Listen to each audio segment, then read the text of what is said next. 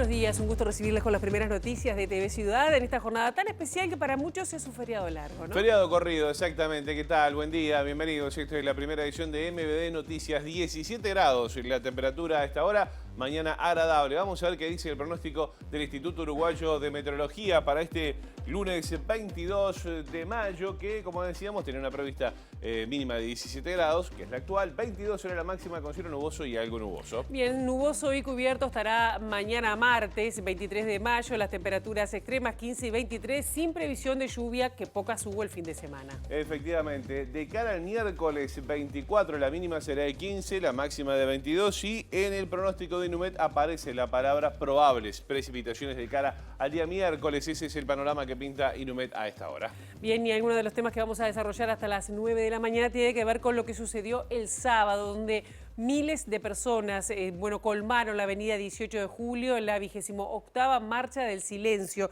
Estamos hablando que hubo más de 70 réplicas en el interior del país y también en el exterior, bajo la consigna ¿Dónde están? Nunca más terrorismo de Estado. Buena transmisión, además, que hizo TV Ciudad y José Matú también, ¿eh? Sí, bueno, muchas gracias, muchas gracias.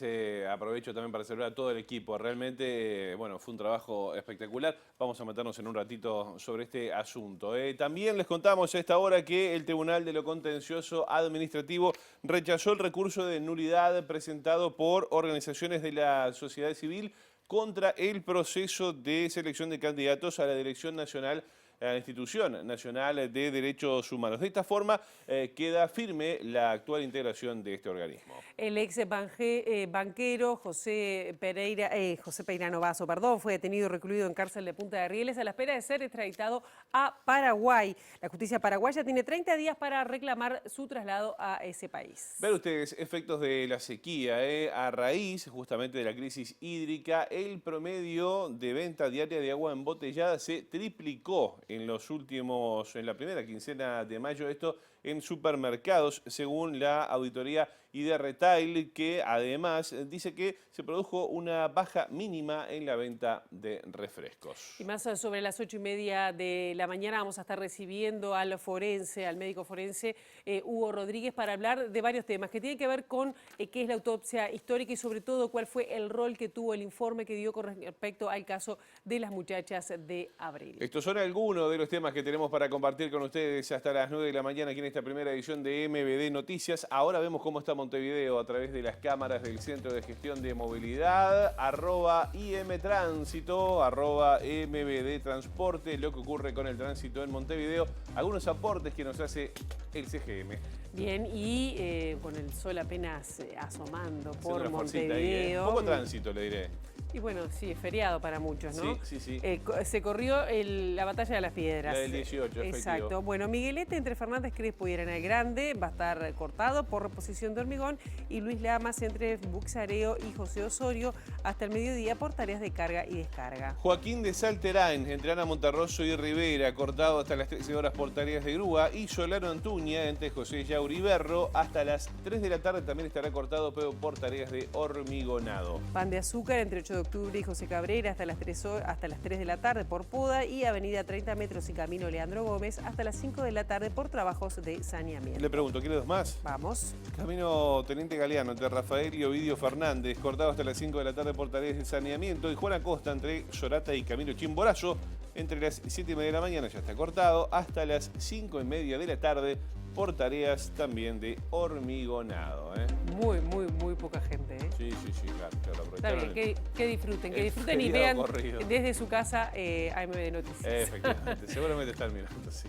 Bien, y uno de los temas centrales de este fin de semana, José María, fue la marcha del silencio, que vamos a recordar, miles de personas colmaron la avenida 18 de julio, lo veíamos en las distintas coberturas, sobre todo en esta que hizo TV Ciudad. Fue la 28ª edición de esta marcha, impulsada por la organización Madres y Familiares de Detenidos Desaparecidos, como dijimos, bajo la consigna ¿Dónde están? Nunca más terrorismo de Estado. Hagamos un poco de memoria. La primera de estas marchas, la primera edición, se realizó el 20 de mayo de 1996, al cumplirse 20 años del asesinato de los ex legisladores Elmar Michelini y Héctor Gutiérrez Ruiz, de los ex militares tupamaros Rosario Barreda y William Guaglio y de la desaparición de Manuel Liberov. Desde entonces, la marcha se transformó en un símbolo de la reivindicación por memoria, verdad y justicia. Para los organizadores, la del sábado fue la marcha con mayor convocatoria en los últimos años y se realizó en un contexto especial, en momentos en que el Parlamento analiza un proyecto de ley para otorgar la prisión domiciliaria a personas mayores de 70 años, que podría beneficiar a la amplia mayoría de quienes fueron enjuiciados por crímenes de la dictadura. Este fue uno de los temas planteados por madres y familiares en la previa a la marcha. Según la organización, es hoy cuando más urgente se hace la memoria y el reclamo constante de verdad y justicia. En estos momentos, según familiares, se despiertan discursos repetidos que intentan tergiversar la historia, bajo falsos relatos que impulsan la teoría de los dos demonios, u oscuras acciones que intentan beneficiar a criminales de lesa humanidad con la excarcelación. Asimismo, madres y familiares insisten que el Estado debe asumir su responsabilidad por los crímenes de la dictadura y que la búsqueda de los restos no puede continuar siendo una búsqueda a ciegas. Es necesario que quien tiene información la otorgue. Es urgente quebrar el silencio y romper con la cultura de la impunidad. Este año también se realizaron más de 70 movilizaciones en el interior del país y en el exterior. Esto incluyó movilizaciones en Colonia, San José, Tacuarembó, Piriápolis, Minas, entre otras. También en Buenos Aires y la ya tradicional de París. Ahí estamos viendo imágenes de lo que pasó este sábado 20 de mayo. Bueno, y en este marco, el integrante de Madres y Familiares de Detenidos Desaparecidos, Ignacio Arrandonea, dijo que la primera impresión de esta marcha es que superó la convocatoria del año pasado. Sí, además Arrandonea insistió en que la participación juvenil justamente brinda tranquilidad a los más veteranos de que la búsqueda continuará hasta encontrar a todas las personas desaparecidas. La primera impresión, bueno, reconforta el sentirse rodeado, que estemos rodeados de tanta gente que estamos reclamando por lo mismo, por verdad y por justicia. Y esto no es solo la marcha de hoy acá en Montevideo, sino que a lo largo y ancho de todo el país hubieron más de 80 concentraciones reclamando por verdad y justicia. Pienso que es hora de que los gobernantes escuchen este clamor y den respuesta a dónde están nuestros desaparecidos. El otro día hablábamos del rol de la gente joven en este tipo de marchas. Hay mucha gente joven hoy. Pienso que sí, cada vez es más la proporción de jóvenes que toman esta bandera y eso nos genera la tranquilidad de saber que más tarde, más temprano, los vamos a encontrar a todos, porque si nos morimos nosotros, hay otros que van a seguir con la búsqueda y los van a encontrar, porque este clamor va creciendo y lo medimos año a año con la marcha. Yo ya me acostumbré a decir, esta fue más numerosa que la del año pasado y estoy seguro que va a ser menos numerosa que la del año que viene. Bueno, en la previa de la marcha tuvimos el honor, el placer además de estar en la casa de María Bellisi, una de las referentes históricas de madres y familiares de detenidos desaparecidos, quien, bueno, valoró el avance que tuvo la convocatoria en los últimos años. Sí, además María Bellisi, de 98 años, declarados además frente a cámara, Sí, sí. Destacó la presencia de niños y de jóvenes en la marcha. Pero lo que noto es que es un interés mucho mayor que otros años en la ciudadanía. En el avance que ha habido en este año, por ejemplo, yo noto mucho más en la prensa también, cosa que otros años no aparecía. Sin embargo, ahora lo he notado, me he dado cuenta. Además, en las instituciones, en los liceos, es impresionante. No solamente acá, en el interior y exterior. Es una cosa maravillosa lo que se va conquistando. ¿Qué rol juegan los jóvenes en toda esta movilización? Y bueno, son familiares, también son jóvenes que tienen la edad que tendrían los nuestros, los desaparecidos, porque son hermanos, algunos de ellos, y seguirán después los hijos y los nietos, porque hay nietos también, hay niños que van en la marcha con los padres. Esos niños ya tienen un aprendizaje, saben de qué se trata. ¿Y qué te pasa a vos cuando ves a esos niños en la marcha? ¿Qué te pasa en la cabeza, en el corazón? Bueno, que es lo más importante que pueda haber, porque es una cosa maravillosa ver una criatura como le hemos visto en las pintadas que han hecho con las margaritas en la calle, chiquilines.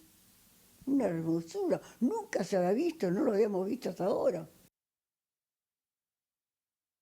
Bueno, envidiable la claridad, la contundencia en los conceptos, y además de María Bellisi, que bueno, nos recibió en su casa y que mucho agradecemos allí a esa familia que siempre nos recibe. Que nos recibe, nos ve y ya le mandamos saludos. Sí, claro, le mandamos también a Silvia, a su hija. Bueno, luego de la marcha también estuvimos hablando con el ex senador Rafael Michelini. Hablamos de varias cosas, pero entre otras valoró la inmensa convocatoria de esta nueva edición de la Marcha del Silencio. Sí, y además Michelini volvió a destacar también lo que estaban hablando antes Randonea y Bellisi, que tiene que ver con uno de los hechos más significativos, es la presencia de jóvenes, además sosteniendo la bandera de memoria, verdad y justicia. Nosotros en su oportunidad, junto con muchos otros, dijimos había que movilizar, que el tema de derechos humanos no esperaba más, que no había forma de ocultar lo que había ocurrido.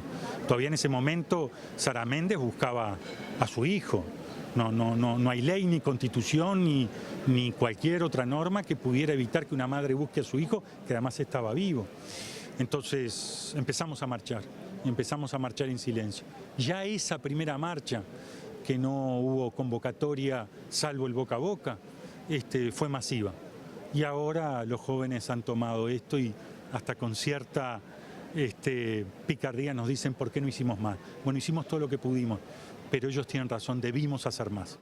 En esta línea, el ex legislador criticó el proyecto de ley que promueve la prisión domiciliaria para personas mayores de 70 años. Hoy los jueces tienen la potestad de hacerlo caso a caso. Ahora, hacer un proyecto de ley, tratarlo de convertir en ley desde una perspectiva o desde una filosofía que da impunidad, que lo hace tabla rasa, como si los que han violado los derechos humanos, los que han cometido delitos de lesa humanidad, no tuvieran que pagar sus penas, desde una perspectiva, bueno, no fue tan así, los jueces se les fue la mano, no son peligrosos. No. Hoy en Alemania se sigue persiguiendo a los nazis. Por algo lo hacen. Hoy los judíos recuerdan todos los días el Holocausto, los armenios el genocidio, y nosotros tenemos que levantar esa consigna de memoria, esa consigna de verdad, esa consigna de justicia y de nunca más terrorismo de Estado. Y como decíamos al principio, hubo más de 70 réplicas de estas marchas de memoria, estas marchas del silencio en distintos puntos del país y también en el exterior. Y vamos a hablar con un contacto con Zuli Cuadrado, quien, bueno, una de las impulsoras de la marcha en el departamento de Tacuarembó. Zuli, gracias por recibirnos en estos momentos en MD Noticias. ¿Qué significa, bueno, esta marcha, esta movilización en la ciudad? Bueno, buenos días a toda la audiencia de TV Ciudad. Muchísimas gracias por esta oportunidad que nos dan para difundir nuestro trabajo en Tacuarembó. Lo que les puedo decir es que estamos contentos, muy satisfechos, porque la marcha ha ido creciendo año a año, tanto en cantidad como en calidad. Realmente fue muy placentero ver que toda esa gente que se juntó este sábado en torno a Plaza Colón, que es nuestra plaza donde siempre iniciamos la marcha, y bueno, te podría decir que nos sorprendió el número. Creo que es el fruto de un trabajo colectivo que hemos venido haciendo por un lado con el colectivo Por Verdad, Memoria y Justicia de Tacuarembó, con la fuerza política Frente Amplio, militantes independientes, mucha gente que se ha arrimado simplemente porque siente el llamado de esta causa. Y bueno, el resultado fue, aunque los números no sean lo más importante, pero te diré que 2 cuadras nutridas de gente por el centro de Tacuarembó, algo que no habíamos visto en otras oportunidades. Zuli, mientras estamos hablando contigo, también estamos viendo imágenes de la Marcha del Silencio allá en el departamento de Tacuarembó. Muchísima gente, por más que vos decís que el número no es importante, pero es realmente notorio la cantidad de personas que se dieron cita el pasado sábado. ¿Cómo transcurrió todo, Zuli? Porque hubo, por ejemplo, desde La Valleja, en Minas concretamente, hubo una situación bastante compleja, hubo efectivos tomando fotos a los asistentes a las marchas. ¿Qué pasó en Tacuarembó? ¿Cómo estuvo la situación? Bueno, no, nada que ver en Tacuarembó. En Tacuarembó realmente este año hemos sentido un apoyo del punto de vista, no en la participación, pero sí en el respeto hacia lo que está haciendo desde hace varios años. Te digo particularmente, los medios de difusión nos han apoyado, nos han dado espacios gratuitamente para poder difundir la marcha. Se han hecho entrevistas, han entrevistado a Elena Zaffaroni, han entrevistado creo que a otro de los compañeros de la organización de familiares. Y bueno, nosotros realmente nos hemos sentido satisfechos con esa apertura, digamos, que hay año a año en cuanto a la comprensión de lo que significa la Marcha del Silencio. Así que no, te puedo decir que el clima fue estupendo y este año además se agrega que tuvimos la posibilidad de contar con las imágenes, porque la gente pedía las imágenes y bueno, es un trabajo costoso reproducirlas y tuvimos por suerte de parte de los funcionarios de salud pública a través del plenario intersindical de trabajadores nos hicieron llegar las pancartas con las imágenes y bueno, fue un cambio. Te puedo decir en lo que era el sentir de la gente fue un cambio importantísimo. Bien, Zuli Cuadrado, muchísimas gracias por estos minutos, por dar este testimonio. Sabemos que se replicó en otras partes del interior con gran afluencia de público, dependiendo del caso, pero bueno, es importante también todo esto. Gracias por tu testimonio. Bueno, le agradezco a ustedes, realmente es una causa que hay que seguir trabajando y solamente quería hacer un pequeño aporte, que es que hay que empezar a pensar en las marchas desde el interior, que están el interior con sus culturas, con sus lejanías, de pronto ha ido más despacio, pero es algo que te reconforta porque es muy cotidiano. La marcha es entre vecinos, entre amigos, entre gente que te conoces, es como para todos los comercios que están al lado de la marcha tienen una actitud de salir a la vereda, a saludar, a hacerse presentes, y la verdad que eso para nosotros ha sido un gran apoyo en esta marcha. Así que muchísimas gracias a ustedes por difundir, y bueno, seguiremos en esto trabajando para que año a año esto se repita y sea cada vez mejor. Cómo no, seguiremos en contacto entonces. Gracias. Gracias a ustedes. A destacar entonces el trabajo de la gente allí en el departamento de Tacuarembó. Nosotros hacíamos referencia a una situación también que se dio en La Valleja, en el departamento de Minas. Decíamos son casi 80 las movilizaciones que se realizaron en el interior y también desde fuera de fronteras. Pero en Minas concretamente, mientras se realizaba la Marcha del Silencio, efectivos del Ministerio del Interior, que no estaban uniformados, además estuvieron sacando fotos a los asistentes de la marcha y luego cuando finalizó la marcha se quedaron allí con un vehículo, algo que denunciaban desde la coordinadora en el departamento de Minas. Eso está bueno destacarlo también para que se sepa, ¿no? Y seguimos en tema porque la integrante de la Secretaria de Derechos Humanos del PIT-CNT, Fernanda Aguirre, destacó que la marcha del silencio muestra el respaldo del pueblo uruguayo a favor del reclamo de memoria. Sí, en esta línea Aguirre valoró el avance que tuvieron diversas causas por crímenes de la dictadura. Estamos todo el conjunto del pueblo acá presente como todos los 20 de mayo, como debe ser, dando una muestra de unidad en contra de la impunidad, a favor de la memoria y de la verdad y de la justicia. Aguirre valoró el avance de las causas tramitadas con el nuevo Código del Proceso Penal que ya tuvieron condena por crímenes de la dictadura.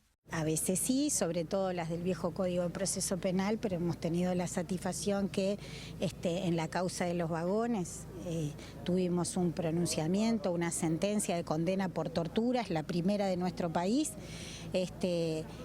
y prontamente, el 1 del mes que viene, vamos a recibir a las 12 del mediodía en San José la sentencia por la causa por torturas en San José, en el batallón número 6, y esperamos seguir avanzando en la lucha contra la impunidad, teniendo más sentencias que hagan justicia a la verdad que hemos demostrado en el conjunto de los juicios. Y seguimos hablando de justicia porque la Fiscalía Especializada en Crímenes de Lesa Humanidad tiene 70 causas en distintos estadios de avance. Tiene condenas, procesamientos o incluso pedidos de procesamiento pendientes. Sí, asimismo, de las 170 causas que hay, la mitad ya tienen respuesta del Estado. Para el fiscal especializado en crímenes de lesa humanidad, Ricardo Percivale, se han registrado avances importantes en las causas de violaciones de derechos humanos, aunque reconoce que falta todavía para llegar a toda la verdad. En la actualidad tenemos que tener claro que existen 70 causas donde ya hay condenas, donde ya hay procesamientos y donde hay pedido de procesamientos pendientes. O sea, de las aproximadamente 170 causas que existen en el entorno de la Fiscalía, más del 50% ya tiene una respuesta desde el Estado uruguayo para establecer verdad y justicia. Si decimos que falta, por supuesto que falta. Estamos en ese camino, pero también tenemos que ver que hacia atrás hubo muchos momentos en que no se pudo avanzar.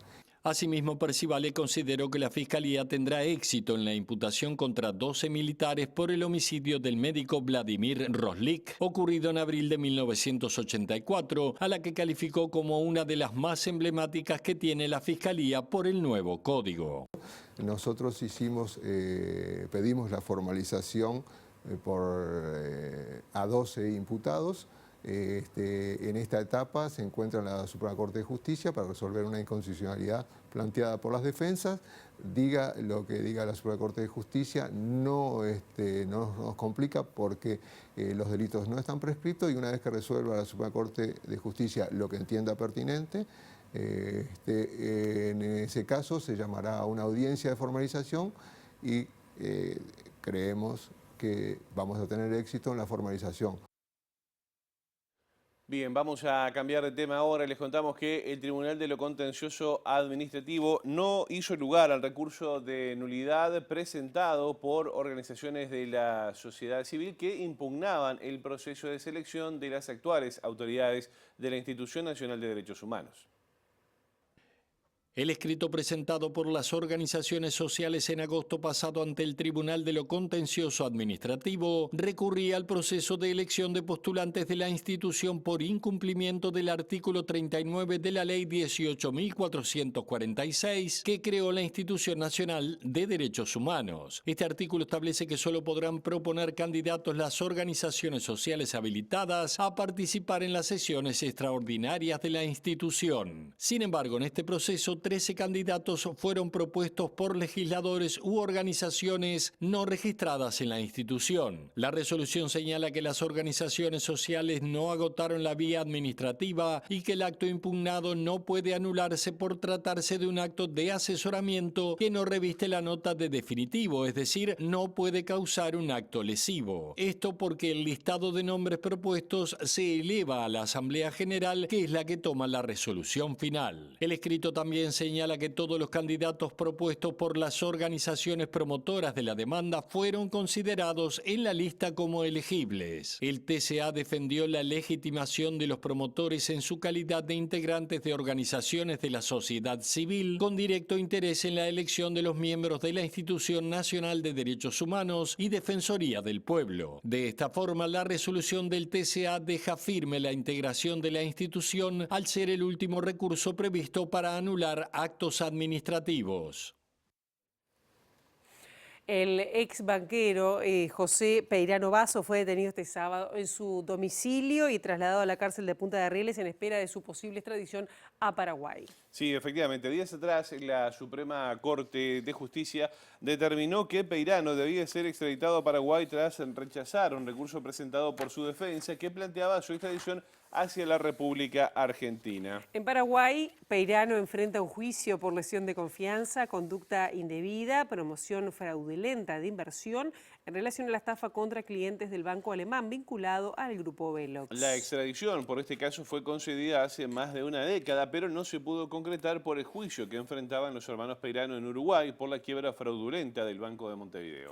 José Peirano estuvo preso en nuestro país entre 2012 y 2007 junto a sus hermanos Jorge y Dante. En 2013 fue condenado por un delito de insolvencia societaria fraudulenta a 9 años de penitenciaría. El fallo quedó firme en 2017. Tras el cierre de la causa se ejecutó el pedido de extradición.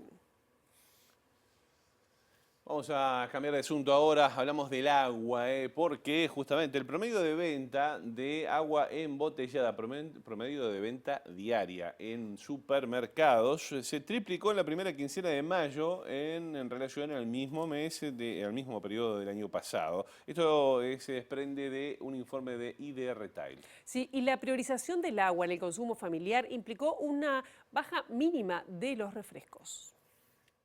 Según la empresa dedicada a la investigación de mercado ID Retail, la venta de agua embotellada registra un crecimiento sostenido en términos de volumen y facturación. En 2022, la facturación de la categoría, que incluye las distintas marcas comercializadas, alcanzó los 6.000 millones de pesos, implicando un crecimiento por encima de la inflación respecto al año anterior. Pero en el marco de la actual crisis hídrica y la afectación del agua de OCE, mayo registró ventas históricas del rubro. Por día se está vendiendo 3 veces más en promedio que lo que se vendía antes de agua. Lo que detectamos es que el jueves de la semana pasada se generó un pico altísimo de demanda y consumo de agua embotellada, que las ventas llegaron hasta cuadriplicarse y a partir de ahí las ventas empiezan a bajar. Empiezan a bajar igual manteniendo picos históricos, igual de promedios por 3 y por 2, pero empezando a tensionar y a desafiar lo que es la cadena de abastecimiento de que llegue efectivamente el agua embotellada al comercio, al punto de venta. En un mercado similar de bebida no alcohólica, gaseosas, ya notamos obviamente una caída en el entorno del 1% en promedio a lo que se viene consumiendo y una categoría incluso que venía en crecimiento empieza obviamente a verse levemente deteriorada por un traslado de consumo y de priorización de gasto hacia el agua embotellada. Este martes se firmará un acuerdo entre ACE y el Sindicato Médico del Uruguay para destrabar el conflicto del Hospital Vilar de Bo, que es el principal centro de referencia en materia de atención psiquiátrica. Sí, la situación además de este hospital se fue agravando por la falta de psiquiatras para la cobertura justamente de las guardias en la puerta del centro hospitalario. El viernes además se conoció la renuncia de la directora Paula Sarkisian, quien adujo motivos personales para dejar el cargo. El Hospital Vilar de Bo es el hospital de referencia en salud mental para todo el país y por lo tanto había un tema fundamentalmente dado de que el hospital psiquiátrico, si bien es como tal, pero también funciona como un hospital general, una puerta de emergencia que tiene médicos generales, tiene 2, uno de triage, uno ahí, que asiste, por ejemplo, puede ocurrir herido de bala, accidente de tránsito, un politraumatizado, que venga al hospital. Por lo tanto, se llegó a un acuerdo, ya está el preacuerdo aceptado por las dos partes.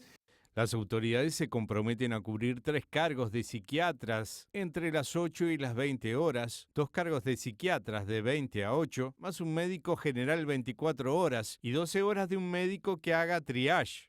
Ante la falta de psiquiatras, ACE acordó con el Sindicato Médico del Uruguay la creación de cargos de menos horas, posibilitando el multiempleo para que de esa forma se cubran las vacantes en el sistema público. Se vio específicamente que para los psiquiatras no podíamos tener cargos de muchas horas, 40, 48 horas como había para otras especialidades. Entonces logramos un acuerdo del Sindicato Médico y la Sociedad de Psiquiatría lo aceptó de hacer cargos de menor cantidad horaria. Eso permitió tener cargos, tanto en Montevideo, pero sobre todo en el interior, de 20, 24 horas, que posibilitan que ese psiquiatra pueda tener un cargo similar en el sector privado y de esa manera tener una remuneración mejor. Funcionarios del Hospital Español denuncian que se está realizando un desmantelamiento del centro asistencial por parte de ACE en virtud de que no se reponen las vacantes de especialistas y médicos de atención primaria. Giselle Nova, quien es presidenta de la Comisión Interna del Hospital, dijo a MD Noticias que el déficit de plazas laborales no se realiza debido al recorte de horas suplentes. Los funcionarios del Hospital Español estamos muy preocupados porque hemos perdido especialistas en el policlínico, neurólogo, médico de medicina general que necesitamos para reforzar la atención primaria.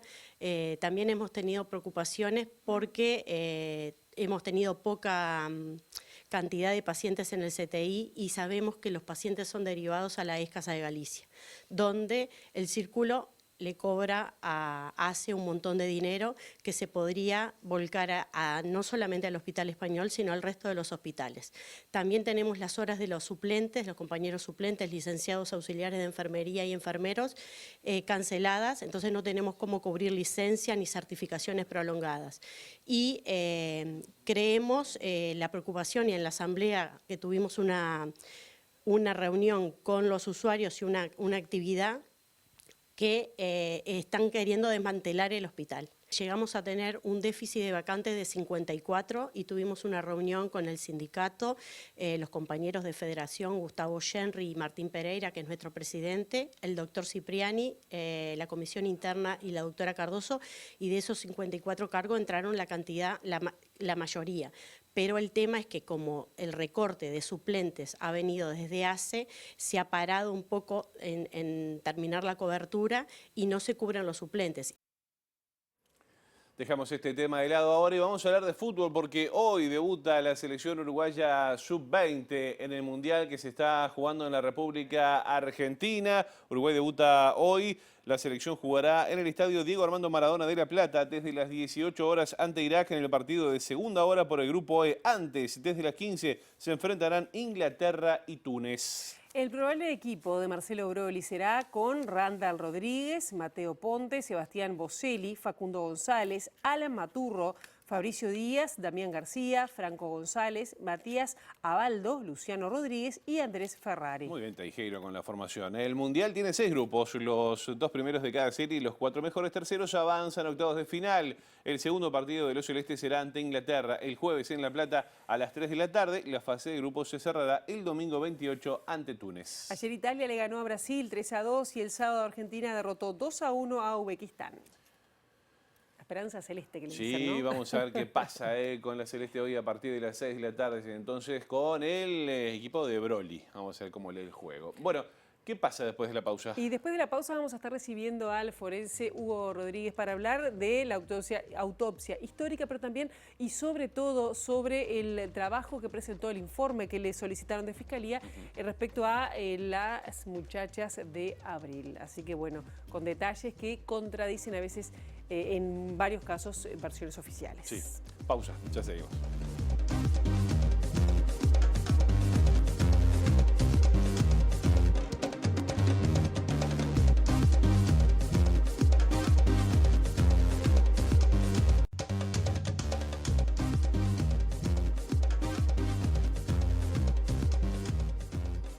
Y ya está con nosotros en estudio aquí en TV Ciudad Hugo Rodríguez Almada, que es el director del Departamento de Medicina Legal y Ciencias Forenses de la Facultad de Medicina, que bueno, tuvo a su cargo, junto con otros profesionales, realizar un informe sobre lo que efectivamente sucedió en esa autopsia histórica sobre las muchachas de Abril. Gracias por estos minutos, por estar con nosotros. Muchas gracias a ustedes. Realmente hacer una autopsia a tantos años, porque esto fue en 1974, debe ser, bueno, como bien difícil, ¿no? Y bueno, hay un método científico detrás de todo esto. ¿Cómo fue encarar desde la Facultad de Medicina este informe solicitado por la Fiscalía para determinar si finalmente fueron acribilladas o no las muchachas de Abril? Estamos hablando de Laura Arrayo, Diana Maidanic y Silvia Reyes. Y bueno, es un desafío, como en realidad todas las autopsias son un desafío. Y hay un colega brasileño que dice no hay autopsias fáciles, son las más peligrosas. En este caso, cuando se estudia casos de mucho tiempo atrás y en los que ni siquiera se tiene el cuerpo a la vista, lo que se hace es dictaminar acerca de documentos que hay, ¿no? Documentos testimoniales, documentos gráficos, planos, fotografías, etc. y esos documentos se les da diferente jerarquía según su naturaleza. Se toma en cuenta todo, pero no todo vale lo mismo, porque, por ejemplo, el recuerdo que puede tener una persona de hechos que vivió hace 30, 40, estos 50 años, seguramente está influenciado por una cantidad de cosas, por las emociones, por información que tuvo luego de ese hecho y que de alguna manera va construyendo ese recuerdo, ¿no? Que no significa que los testimonios no sirven, pero tienen otra jerarquía que, por ejemplo, un documento, como tuvimos en ese caso que tú mencionas, el plano de la casa. Y el plano de la casa y las fotografías de los cadáveres. Y las descripciones de las lesiones que había hecho el forense militar en la época. Esos tres elementos son muy importantes y tienen una jerarquía muy especial, ¿no? Entonces, a partir de eso, nosotros pudimos determinar con ciertos límites, no el 100% de lo que nos pedían, como pasa en todos los casos, que los fiscales quieren que digamos a qué hora murió, y eso que no sabemos. Podemos decir un rango y todavía con precaución, pero en este caso pudimos contestar algunas de las preguntas que nos hacía la Fiscalía sobre la muerte de las tres jóvenes, sobre la muerte diferida de un oficial militar que fue herido muy gravemente ahí, que falleció 3 meses más tarde, y sobre otro militar que fue levemente herido. Con esos elementos nosotros pudimos dictaminar una cantidad de aspectos, reitero, no todos los que nos preguntaba la Fiscalía. Claro, ¿y qué cuestiones por lo menos resultaron? Hubo hallazgos importantes, ¿no? Porque de alguna manera el informe que ustedes dieron va en contra de otros informes previos, ¿no? Que había y que circulaban. Podemos decir que no estalló ninguna granada ni se defendieron, estaban arrinconadas, no me acuerdo cómo fue la palabra exacta del informe, pero estaban unas arriba de otras, era imposible que estuvieran disparando en ese caso, ¿no? Bueno, había, según la versión de los militares que participaron, encontraron en la casa 2 revólveres, calibre 38, o sea, son armas de puño, de uso civil, digamos, que las que habitualmente hay en la sociedad, y una granada sin explotar. O sea que, bueno, aceptando incluso esa versión, que esas armas estaban, que eso es algo que no lo sabemos, pero es una hipótesis, estaban esas 3 armas, la granada, que no pudo haber hecho ninguna lesión porque no explotó, y los revólveres, si bien nunca fueron periciados, que no sabemos si se dispararon o no se... Que no sabemos si estaban y si se dispararon o no se dispararon, pero sí nosotros podemos asumir, bueno, asumamos que estaban y que se dispararon, ¿qué lesiones pueden provocar? Y entonces, bueno, las lesiones que tenían los cuerpos de esas 3 jóvenes y del oficial que fue herido gravemente no fueron hechas con esas armas, que fueron hechas con armas de guerra, con armas de alta velocidad, armas dotadas de alta energía, cuyas lesiones son diferentes totalmente a las de las armas de uso civil, ¿no? Y en cuanto a la posición... ¿Y eso, cuáles son las diferencias de esas lesiones, pero además si no tenían el cuerpo de las personas, ¿no? Exactamente. No lo teníamos, lo que teníamos era la descripción, las historias clínicas hechas por los médicos militares que recibieron al oficial y que mostraban, ellos lo describieron como heridas de ametralladora, de que nosotros decimos no podemos asegurar que de ametralladora, sí seguro de una arma automática o semiautomática con una herida muy sugerente de que hubiera sido una ráfaga, pero sobre todo con una alta energía que, por ejemplo, atravesó todo el cuello, atravesó que 2 vértebras y salió, digamos. Eso no es una herida que haga un calibre 38. Claro, que se tiene que cargar cada vez de, o no. De un No revólver. entiendo nada de armas, ¿no? Pero me imagino que ping. Tiene que dispararse de una vez, digamos, no cargarse, pero Claro. sí de dispararse cada vez. Pero además no hace ese trayecto que lesionando todos esos órganos. Y luego en cuanto a la posición, bueno, esa es la posición, nosotros que lo que tenemos son las fotos de la escena, con el término que usamos fue las víctimas amuchadas, estaban agolpadas, estaba Silvia Reyes, es la que estaba contra el fondo, que Silvia Reyes es la que algunos testigos dicen que estaba embarazada, a nosotros se no nos consta porque en la autopsia que no se describe el útero. Luego estaba Raggio y adelante de ella estaba Maidanik. Todas las lesiones que describe la autopsia hecha por el forense militar fueron inferidas en una dirección de adelante a atrás y de derecha a izquierda. Nosotros no podemos decir no hubo un enfrentamiento, porque nosotros que no estábamos y no nos alcanza la información para asegurar eso. Sí nos alcanza para decir que la versión que dieron los militares no es compatible con el resto de los hallazgos. Porque el plano de la casa y la puerta donde describen que estaban, desde donde dispararon y donde dicen que se defendieron del ataque de las muchachas, estaba en una puerta que daba sobre la izquierda de las muchachas y los disparos eran de derecha a izquierda y de adelante a atrás. O sea, eran totalmente compatibles con que ellos hubieran entrado a la habitación y ahí hubieran hecho los disparos. Y desde luego la posición de las víctimas en fila, digamos, una delante de otra, de que no sugería posiciones de disparo. Pero eso lo manejamos de una manera sumamente prudente, claro, como tiene que ser en general la actividad forense y en particular cuando uno está analizando hechos de tantos años atrás con información parcial, claro, aunque en este caso toda extraída de los documentos militares. El otro día veíamos en él, cuando se hizo un homenaje a las muchachas de abril en el Parlamento, incluso hubo algún legislador que cuestionaba esta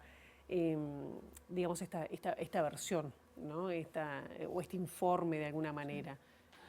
Sí, bueno, está bien. Todos los que actuamos en las causas judiciales estamos sometidos a la crítica y está muy bien.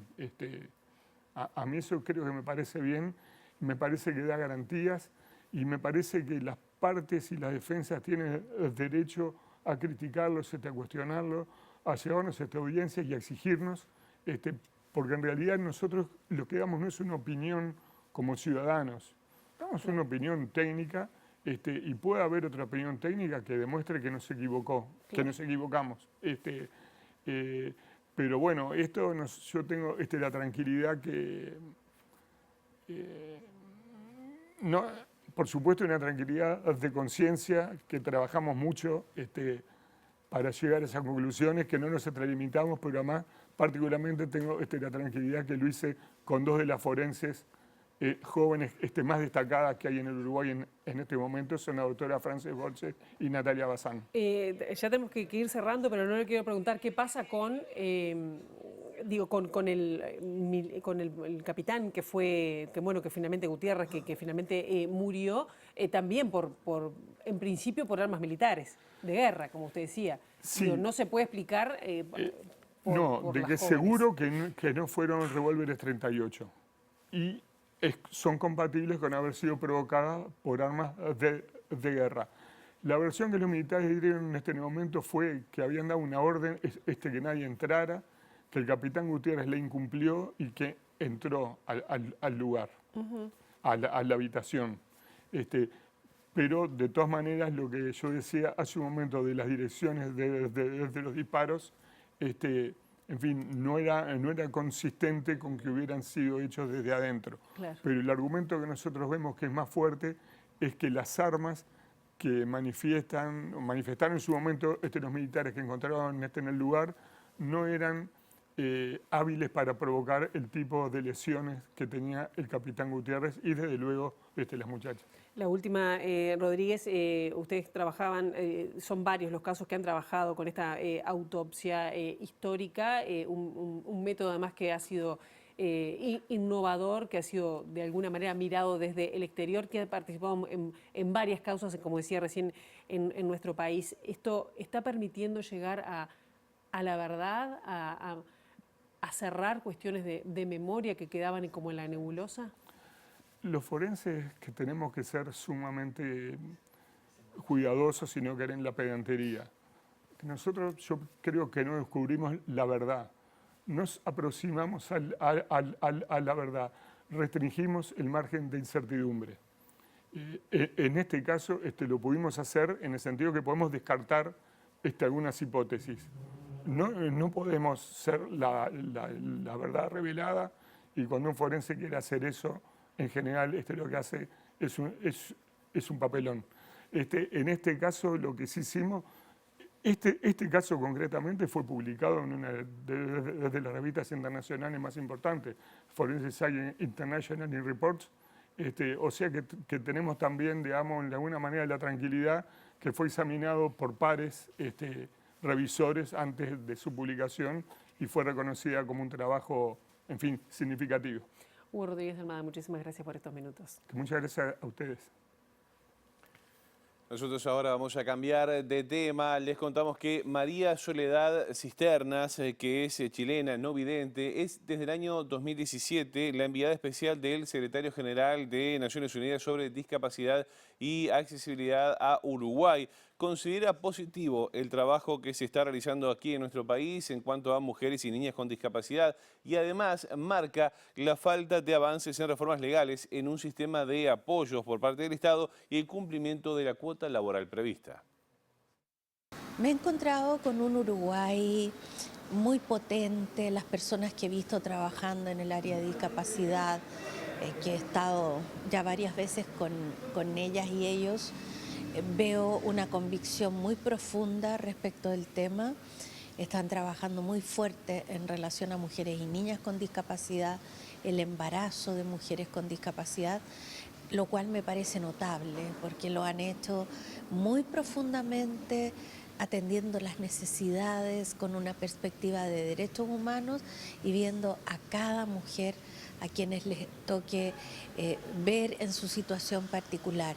Eso es lo más notable que he visto. La parte negativa, por decirlo de alguna manera, es leyendo un poco las conclusiones que sacó el Comité sobre los Derechos de las Personas con Discapacidad de Naciones Unidas en el año 2016 y apreciar que todavía no se ha avanzado en ciertas mejoras legales, como por ejemplo el tema de dar capacidad jurídica plena a todas las personas con discapacidad y para quienes lo necesiten, tener un sistema de apoyos que debe proveerlo el Estado con salvaguardias. Yo creo que eso es lejos una de las modificaciones legales más importantes. También que la ley prevea cómo debe cumplirse la cuota de inclusión laboral de las personas con discapacidad y que esto no se vea quebrantado. Señoras y señores, hasta acá llegamos con la primera edición de MBD Noticias, pero no se vaya de la pantalla de TV Ciudad porque en minutos arranca Ciudad Viva. Sí, nosotros nos estamos encontrando a las 13:30 con la actualización informativa y bien tempranito mañana a las 8 con las primeras noticias de TV Ciudad. Pasen muy bien, disfruten el día si lo tienen libre. Feriado corrido.